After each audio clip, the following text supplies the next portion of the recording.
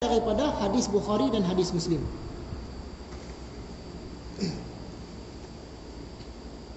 Jadi daripada awal tadi, kisah Mubarak ada sandaran, kisah Nabi Nuh disorokkan dalam gua tak ada sandaran, tak jumpa lagi.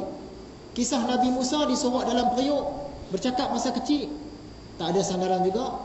Kisah bayi pintar bercakap masa kecil, ada sandaran. Kisah Mubarak dengan kisah Bani Israel boleh ceritalah, ya? Kisah Nabi Nuh, Nabi Musa tak boleh cerita. Hadirin yang dirahmati Allah sekalian, bila membaca kisah Nabi Nuh dan Nabi Musa ini yang disorok oleh mak masing-masing, saya teringat kisah orang tua-tua yang tentang peristiwa yang berlaku pada zaman Jepun. Tentera Jepun ni bila sampai ke kampung, masuk ke dalam rumah, selain daripada maklumat yang dia nak cari, penjenayah, bagi dia penjenayah lah, pejuang-pejuang, dia nak cari orang putih, dia juga cari anak dara. Jadi saya teringat, opah saya cerita, zaman itu bila dengar kata tentera Jepun masuk ke kampung, yang anak-anak dara ni cepat-cepat disorokkan dalam gulung tikar. Zaman itu rumah orang Melayu, rumah atas, jadi tikar ni banyak. Bila tetamu datang, dia hampar tikar. Ada 4-5 gulung tikar sending dekat tepi dinding, dekat bucu. Bila tentera Jepun datang saja, dengar tu anak dara 12, 13, 14 tahun ni bagi masuk dalam tikar, gulung. Duduklah dalam tikar tu diam-diam. Apabila tentera Jepun naik ke rumah, dia pun cari tangkap ayam apa semua di bawah rumah. Tengok tak ada anak dara, dia pun balik. Rupa-rupanya dalam tikar. Satu lagi yang berlaku kepada mak saudara saya sendiri, opah saya ni digulung dalam tilam. Zaman itu bukan macam zaman sekarang kan, tilam kita biar je atas katil. Zaman itu tilam ni lepas tidur, bangun pagi dia gulung tolak ke tepi. Jadi budak-budak anak dara sunti ni masuk dalam tilam, gulung tolak ke tepi. Bila tentera Jepun datang, dia tengok tikar, tengok tilam, dia tak kacau. Dia tak tahu dalam tu kita punya anak dara duduk menyorok. Tunggulah sampai dia keluar. Kemudian orang-orang besar yang tak boleh menyorok, yang bukan anak dara sunti dah 20 tahun, 18 tahun kan, takut dengan Jepun. Macam mana nak buat? Ambil pula abu-abu di dapur, sapu di muka, sapu di tangan, supaya nampak tengah bekerja. Muka yang putih pun nampak hitam. Bila tentera Jepun datang, dia tengok Allah tak lawa dia tak kacau, selamat. Itulah cerita orang tua-tua dulu nak selamatkan anak ni. Cara dia gulung dalam tikar, gulung dalam tilam, ambil abu di dapur, sapu di muka. Jadi tentera Jepun pun tak tangkap. Kalau tentera Jepun suruh orang Melayu tangkap ayam, orang Melayu pun buat-buatlah pergi tangkap. Padahal dia pergi halau ayam tu. Dia duk kejar ayam, tapi dia halau ayam tu sampai masuk dalam hutan, selamat ayam dia. Kalau ada barang emas, sorok bawah tempurung. Zaman itu rumah kita ni kan banyak tempurung keliling rumah. Ambil tempurung satu cukup, bubuhlah barang emas dalam tu. Selamat daripada Jepun. Kalau tidak, Jepun ambil semua.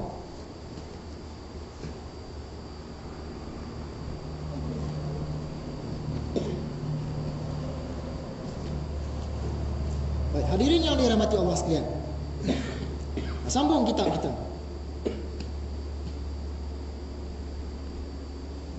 Maka sentiasa berjalan Nabi dan Jibril hingga datang atas beberapa kaum yang memecahkan kepala mereka itu.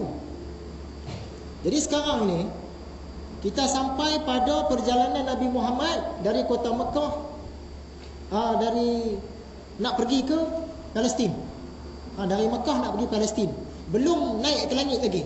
Ni masih Isra', belum Mi'raj lagi.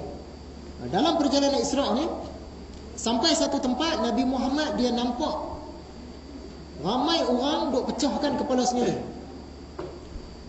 Tiap-tiap dipecahnya, maka kembali pula seperti dahulu kalanya, dan tiada lumpuh mereka itu daripadanya sekali-kali. Dahlah dipecahkan kepala sendiri, kemudian kepala itu jadi elok pula. Pecah tu dah sakit, bila dah pecah jadi elok balik, bagi pecah lagi. Dia hempuk kepala dia ketuk dengan batu bagi pecah. Bila pecah saja dah sakit, elok balik, pecah lagi. Maka sabdanya, kata Nabi Muhammad, siapa ini Jibril? Maka kata malaikat Jibril, mereka itulah yang memberatkan kepala mereka itu daripada sembahyang. Ni orang-orang yang tak bersembahyang, tak mau sembahyang. Hukuman dia, ambil batu, pecahkan kepala sendiri. Dah pecah, bagi pecah lagi. elok pula bagi pecah lagi. Sampai bila tak tahulah. Asyik duk tanggung kesakitan. Jadi cerita ni ada sandaran ke tidak? Ada sandaran dia. Sandaran dia daripada hadis Imam Baihaqi. Kata Abu Hurairah.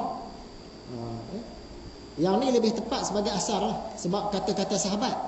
Kalau kata-kata Nabi itu hadis. Kata sahabat dia kata asar. Kata Abu Hurairah, kemudian mereka melewati satu kaum yang memecahkan kepalanya dengan batu. Setiap kali kepala itu pecah, maka akan kembali seperti semula. Dan mereka tidak henti-hentinya melakukan perbuatan itu.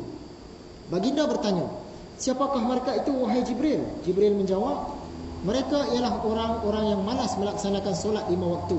Hadis riwayat Imam Baihaqi. Jadi timbul satu masalah. Bila Nabi Muhammad nampak orang yang tak semayang, dia akan pecahkan kepala dia dengan batu. Apakah peristiwa ini benar-benar akan berlaku ataupun dia sekadar satu tamsilan, satu perumpamaan? Di sini ada dua pendapat. Satu pandangan mengatakan begitulah bentuk balasan yang akan diterima oleh orang yang tak semayang di akhirat nanti. Di akhirat nanti dah mati, dah dibangkitkan semula, masuk pula dalam neraka.